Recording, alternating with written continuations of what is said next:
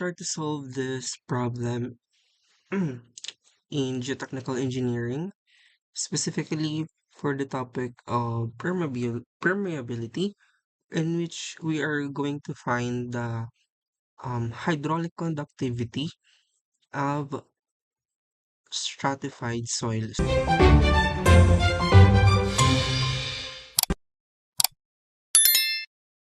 So, we are given here a problem. It shows that there are three layers of soils in tube. This one that is 100 mm by 100 mm in cross section. Water is supplied to maintain a constant head difference of 300 mm across the sample. So this is the head difference, constant head difference. The hydraulic conductivities of the soil in the direction of the flow through are as follows. So these are the given soil and its corresponding hydraulic conductivity. Now, we're going to find the rate of water supply in cubic centimeter per hour. So as we notice here in this figure, this there are three layers of soil. This soil A, soil B, and soil C. Now, here this is the water supply. So dito pa lang may water table na. Dito yung water table, right? So as the travels goes down, it first penetrates into soil A, and then next to soil B, and then next to soil C. So, yung cross-section nitong part na to, is by 100 cross-section. Yung three layers ito kapag ito yung, wait lang, let me draw. So guys, hindi talaga maganda yung drawing ko. Pasensya nyo na pag hindi maganda. So, ganito kapag naka-3D. Ganito siya pag naka-3D. Ano?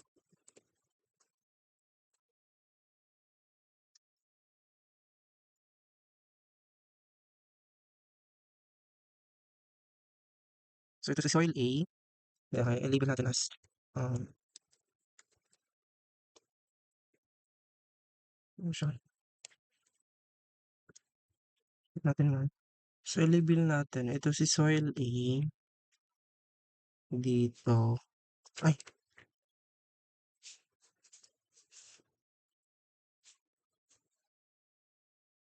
ano na yun? Ito si soil B.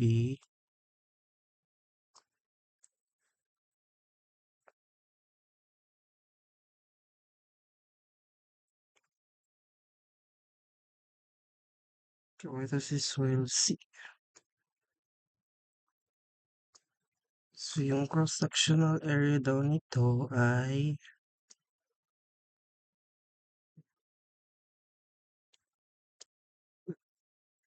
okay, so we are given here. Yung sabi dito daw, yung cross-sectional area nito, pag dinaw natin ng pa 3D is 100 by 100. Yung cross-sectional na to is 100 by 100 mm.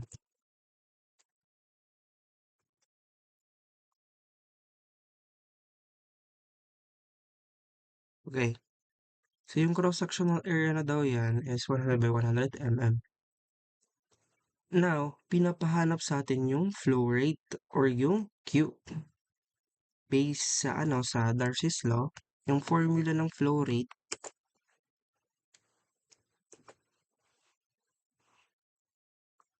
Q, yung Q natin is equals to um VA, QAV, or AV, VA, Q of, wherein yung velocity natin can be deduced into KI. A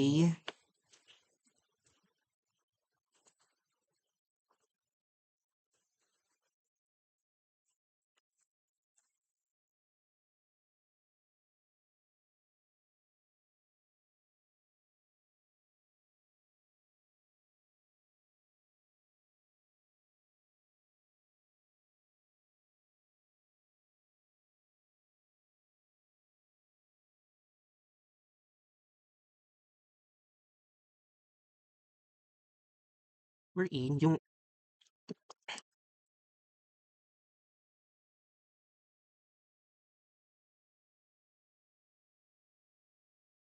fuel natin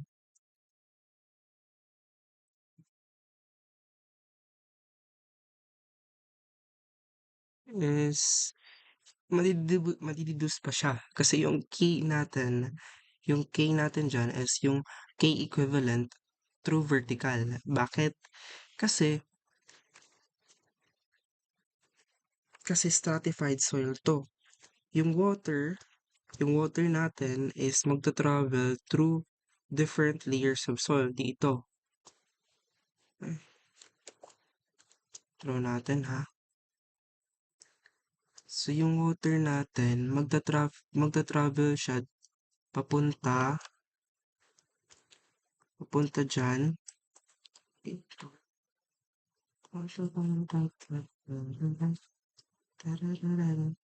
Magta-travel siya papunta dito, tsaka papunta lalabas dito, 'di ba? So, dadaan siya sa iba't ibang layers ng stratified soil natin. So, yung area na yon is ito yung cross-sectional area na ita-travel ng water. So, yan yung K natin. So, um, yung K equivalent natin, hanapin muna natin yung K equivalent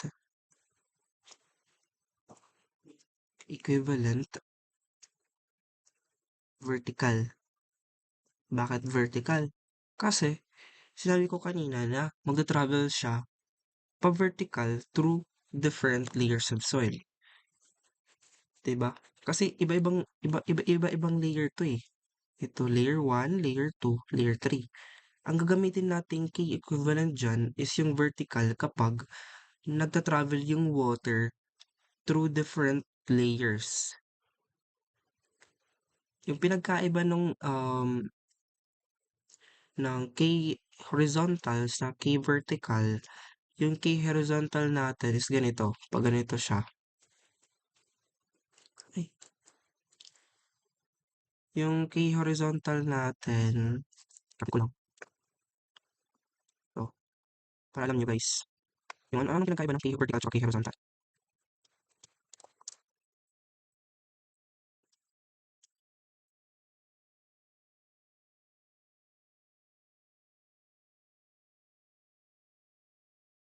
Sisi?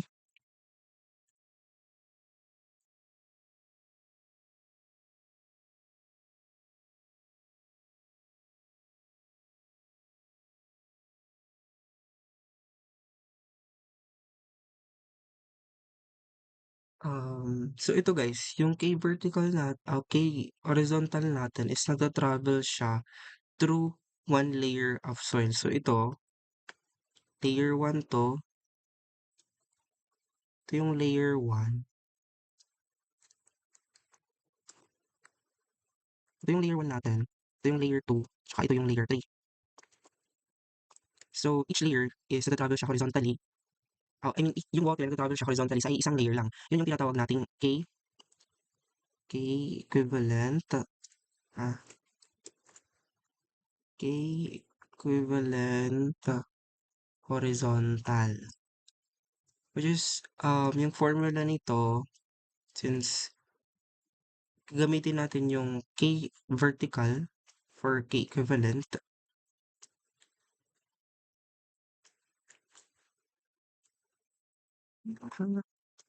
Ito, ano muna natin. Yung K equivalent natin, it is just equals to, pasensya na guys kapag hindi, ano yung ano ko, vertical is equals to H, divided by yung H1 natin, H1 over K1, plus H2, divided by K2. Yes, diba?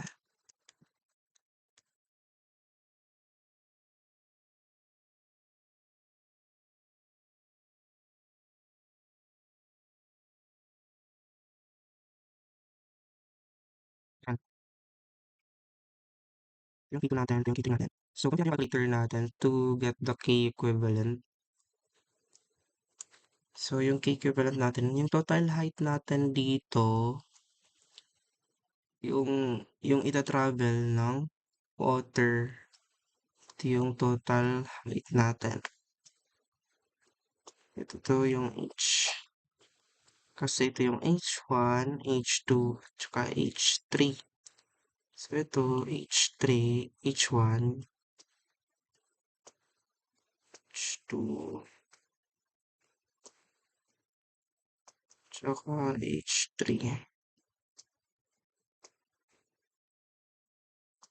Yan. So, yung K equivalent natin, guys, is 3 times 150 divided by yung K equivalent natin, yung H1 over K1. H1, lahat naman sila is 150, yung height, individual height nila. Divided by yung electronic conductivity ng soil A natin, which is 10 E raised to -2. Yan. Plus 150 din, 150 divided by 3 raised to -3 plus 150, 150 divided by 4.9, 0.9 times 10 raised to -4. Yan guys, press equals. Bakit syntax? Ulit tayo. Okay, ito. Kasi mag-zero. Ba't ako naglagay ng ano? Dapat 10 lang. Dapat 1 lang to. Okay, gets. Kagi. Ano yun? 10 raised to -2, 150. Double check lang natin guys. Tama naman ah. Siguro dahil dito sa 10 raised something natin. Okay. 10 times 10 raised to -3. Yan. Bakit kaya syntax to? Tama naman yung syntax natin. Times 10 raised to -4. Yan. 441,363,700 mm. So, ito siya is naka cm per square na to. Cm per square? cm per second. Yung K equivalent natin, K is equals to, ano yun? 1.12, 1.2125. 2125 times 10 raised to -3. Tama ba? -3. So, yung unit nito guys is naka cm per second. Bakit? Explain ko sa inyo kung bakit. So, ito, di ba yung height nito is mm? In terms of mm, yung ginamit natin. Tapos ito is naka-mm din itong height na to.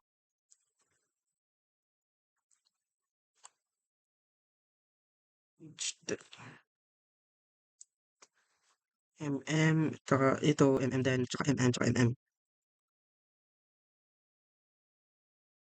Kasi, makakancel lang yung na yun. To. So, yun, mag-unit analysis tayo. Hindi ba, kapag i-convert natin, I mean, hindi na natin siya kailangan i-convert into centimeter yung mga height, tsaka yung total height, kasi nga, magka-cancel out lang. So, to prove that, we have a unit analysis. To prove nga, yung makukuha nating unit is in terms of cm per second pa rin. Cm per second square to. So, ito yung magiging unit natin sa baba.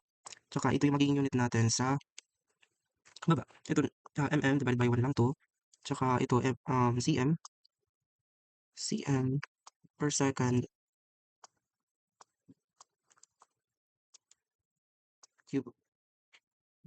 So, um, hindi ba 'pag meron tayong division, yung mga complicated or complex fraction kino-convert natin siya, I mean yung complex fraction puwede nating i-multiply yung numerator, by the reciprocal of its denominator. So ganito 'yan, mm/1 since yun naman multiplied natin by the reciprocal denominator which is cm per second cube, hindi ba cube 'to? Divided by per tuloy, times multiplied by cm per sec square. So, yung dito is maka-cancel out, hindi ba? Tsaka yung numerator na cm per second raised to 3 is, yung dalawang factor nito is maka-cancel out. Yung matitira na lang nito is equals to 1. So, therefore, yung unit na lang natin for K equivalent for vertical ay maging cm per second square. So, hindi na natin need, i-convert yung individual height tsaka yung total height na in millimeters to cm kasi nga magkukuha pa rin natin yung hydraulic unit na desired natin, just cm per second sa hydraulic conductivity. So, ayun. So, yun yung magiging units natin for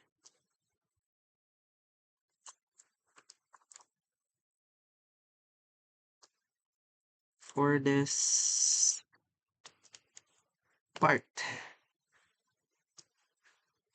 Yeah. Okay, so thank you guys for watching. Charis, hindi pa ako tapos. Kasi yung nahanap pa lang natin guys ay yung tawag nito, yung hydraulic conductivity pa lang.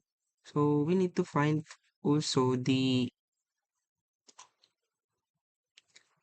area. Mahanap yung Q or yung flow rate, need lang natin yung area. Yung area natin, yung K natin, times yung I, times yung area. So, yung K natin nahanap na. Di ba yung I natin is dimension, yung I natin or hydraulic radius natin is the ratio lang ng constant head difference divided by the total height into which the water travels. So itong constant head difference divided by the total height, ito, ito yung total height natin guys, which is 3 times 150 or 450, 450 ba? Yun yung total height natin, 3 times, yeah, tama, 450. So substitute lang natin guys. Much better if naka-store kayo para exact talaga yung makukuha yung value, no? So, okay.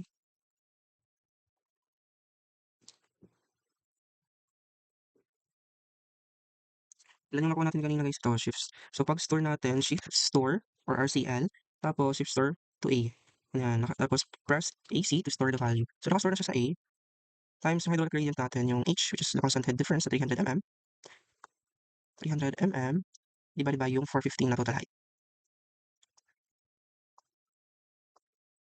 Tsaka yung area ng 100 square. Yun yung cross-sectional area na tina-travel ng water. So, explain ko sa inyo, hindi naman dito nagta-travel, hindi naman itong area yung tina-travel. Hindi to pumapasok yung tubig. Dito guys ha, hindi dito. Okay? Kasi naka-tube to eh, tube. So, dito talaga papasok yung tubig. Okay?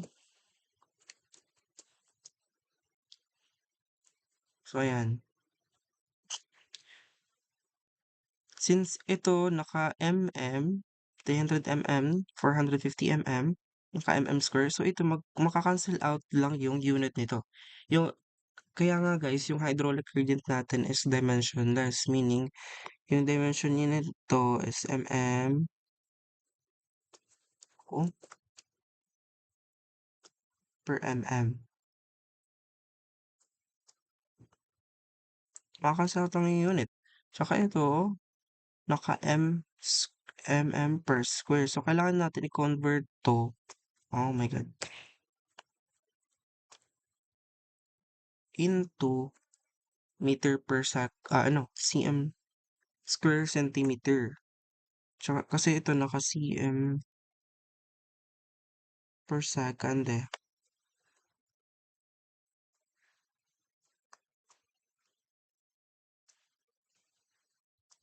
Ayan.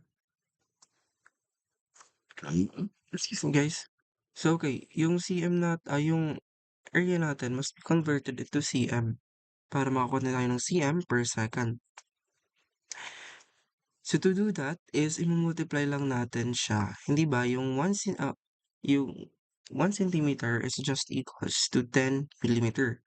Ito naka-mm square so 10 mm to guys is equals to 1 cm.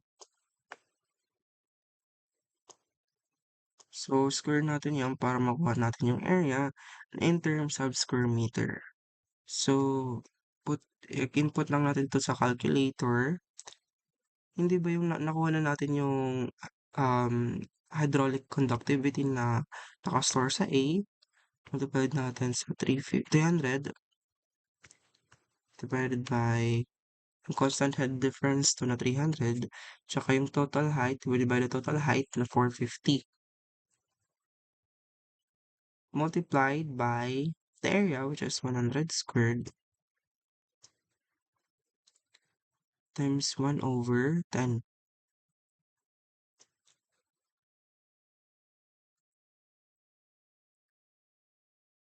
So yung lalabas dyan ay 0.08, 0.08 ba? 0.8083. Okay. 0.8083.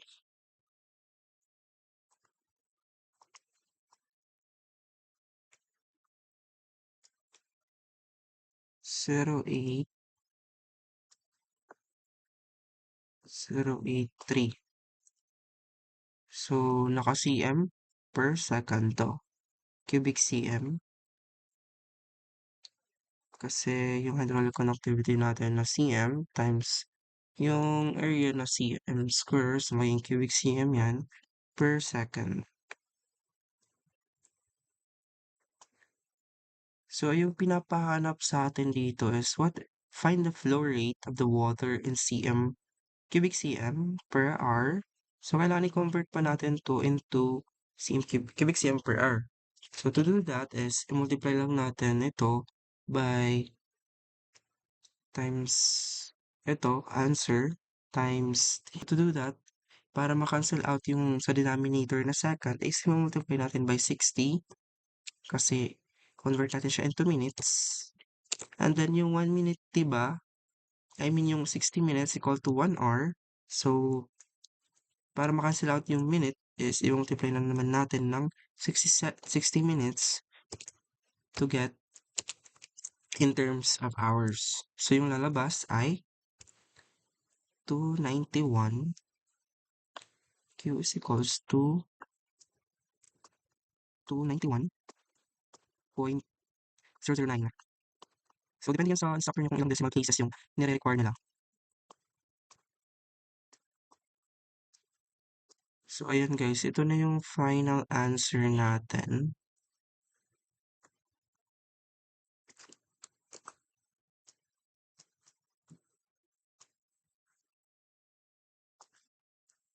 So, ito na yung final answer natin dito. So, to check that if tama yung sugot natin, so, ito tayo dito.